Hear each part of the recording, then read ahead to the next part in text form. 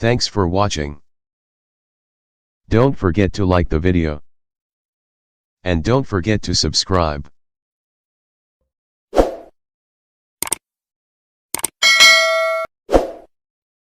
Good morning students, मैं मनीष कुमार शर्मा एक बार फिर से स्वागत करता हूं आपका अपने इस चैनल ज्ञान का सागर पर। दोस्तों, मैं इस चैनल में इंग्लिश के कुछ बेसिक टिप्स और स्पोकन इंग्लिश के बारे में मैं बताता हूं। बहुत सारे लोगों ने कमेंट करके मुझे ये बताया कि सर आप चिरन पर कोई वीडियो बनाइए, तो मैंने उनके आग्रह पर आज मैंने जिरन पर एक वीडियो बनाया है और आज मैं इस वीडियो में जिरंड के बारे में बताऊंगा। कहा जाता है कि जिरंड जो कि मुख्य क्रिया में आईएनजी जोड़कर बनाया जाता है। वैसे जिरंड का शाब्दिक अर्थ होता है क्रियार्थक क्रिया। जिरंड यानी क्रियार्थक क्रिया, मुख्य क्रिया में आईएनजी जोड़कर जिरंड बनाया जाता है जो वाक्य में सब्जेक्ट तथा ऑब्जेक्ट का कार्य करता है, लेकिन हिंदी वाक्य में उसका कोई अर्थ नहीं बदलता है। जैसे अगर मैं बात करूं वॉक, मैंने कहा वॉक, वॉक मीन्स होता है टहलना, वॉक मीन्स टहलना, लेकिन वॉक मीन्स टहलना जिरंड कब बनेगा? तो जब अगर मुख्य क्रिया में अगर हम आईएनजी जोड़ते हैं तो मुख्य क्रिया में आईएनजी जोड़कर जो बनता है वही जिरंड कहलाता है, लेकिन हिंदी वाक्य में इसका कोई परिवर्तन नहीं होता। यानी कि वॉक मीन्स टहलना होता है तो वॉकिंग का मीन्स भी टहलना होगा, तभी जाकर के यह जिरंड होगा। यानी कि मुख्य क्रिया में आईएनजी जोड़कर जिरंड बनाया जाता है जो वाक्य में सब्जेक्ट और ऑब्जेक्ट का कार्य करता है, लेकिन हिंदी वाक्य में इसका अर्थ नहीं बदलता। तो इसी तरह से वॉकिंग हो गए, रीडिंग हो गए, रनिंग हो गए, प्लेइंग हो गए। ठीक है, अब मुख्य क्रिया की बात अब इसका प्रयोग की बात करते हैं। जिरंड का प्रयोग कैसे करते हैं, कब करते हैं और कहाँ करते हैं?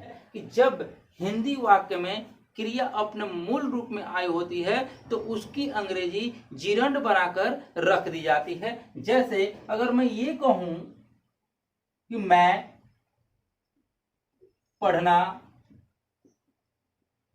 जानता हूं, मैं पढ़ना जानता हूं, मैंने कहा कि जब हिंदी वाक्य में क्रिया अपने मूल रूप में आती है अर्थात क्रिया के साथ ना ने नी लगा होता है तो उसे हम जिरंड से बनाते हैं। जिरंड से कैसे बनाते हैं? जब मैंने देखा कि मैं पढ़ जानता हूं, मैंने देखा कि पढ़ना क्रिया मूल रूप में आ गई है, जब क्रिया मूल रूप में आ गई है तो जिरंड से बना सकते हैं। जब हम बनाएंगे तो सबसे पहले बनाएंगे मैं जानता हूं, मैं जानता हूं, आई नो। अब उसके बाद क्रिया मैंने देखा मूल रूप में आई है, इसे हम जिरंड से बना सकते हैं। रीड मीन्स पढ़ना, तो पढ़ना जब रीड होता है तो जिरंड कैसे बनाते हैं? तो मुख्य क्रिया में आईएनजी जोड़कर, यानी कि रीड में मैं आईएनजी जोड़ दूंगा। इस तरह से आई नो रीडिंग, ये बन गया मैं पढ़ना जानता हूं। दूसरी चीज कि अगर मैंने कहा कि मैं तैरना जानता हूं, आई नो स्विमिंग, तैरना एक अच्छा व्यायाम है, swimming is a good exercise, तो इस तरह से आप जिरंड बना सकते हैं। दूसरी बात एक और, इसकी एक एक्सेप्शंस होते हैं, एक अपवाद होता है।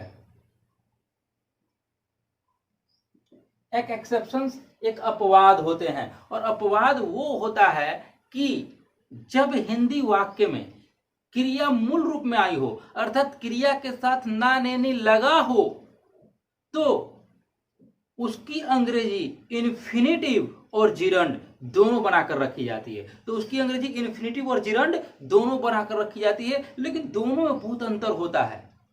जब ध्यान पर रखेंगे, जब कारण का बोध होगा तो हम उसे जिरंड से बनाएंगे, और जब उद्देश्य का बोध होगा तो हम उसे इन्फिनेटिव से बनाएंगे। इन्फिनेटिव मुख्य क्रिया के पहले टू जोड़कर बनाया जाता है और जिरंड मुख्य क्रिया के अंत में आईएनजी जोड़कर बनाया जाता है। मैं एक बार फिर आपको बता दूं कि जब अगर कभी भी कारण का बोध होगा तो आप जिरंड से बनाएंगे, अगर उद्देश्य का बोध होगा तो आप उस सेंटेंस को इन्फिनेटिव से बनाएंगे। जैसे अगर फॉर एग्जाम्पल, अगर मैं यहां पर दो एग्जाम्पल्स देता हूं और एक मैं कहता हूं कि मैं खेलने के लिए विद्यालय गया, मैं खेलने के लिए विद्यालय गया, और दूसरा एग्जाम्पल मैं लिखता हूं कि मैं पढ़ने के लिए विद्यालय गया।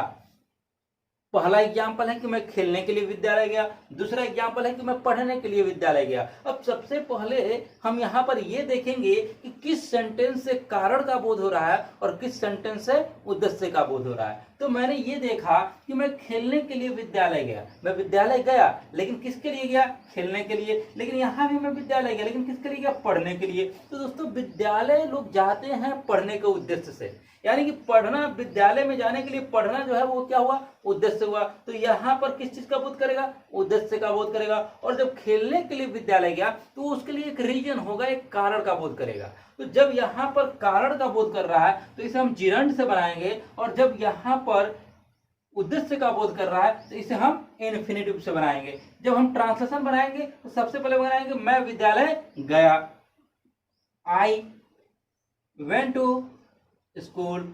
ये पास्ट में है तो क्रिया का दूसरा रूप सेकंड फॉर्म लगेगा। तो आई वेंट टू स्कूल, मैं विद्यालय गया, किसके लिए गया, खेलने के लिए। कारण का बोध हो रहा है, हम जिरंड से बनाएंगे, तो फॉर प्लेइंग। लेकिन अगर मैंने देखा कि मैं पढ़ने के लिए विद्यालय गया तो यहां पर एक उद्देश्य का बोध कर रहा है, तो इसे हम क्या करेंगे, इन्फिनेटिव से बनाएंगे। तो I went to school to read, क्योंकि इन्फिनेटिव मुख्य क्रिया के पहले टू जोड़कर बनाई जाती है, सो मैंने मुख्य क्रिया के पहले टू जोड़ करके इन्फिनेटिव बना दिया। तो इस तरह से आप जिरंड और इन्फिनेटिव दोनों में अंतर स्पष्ट कर सकते हैं।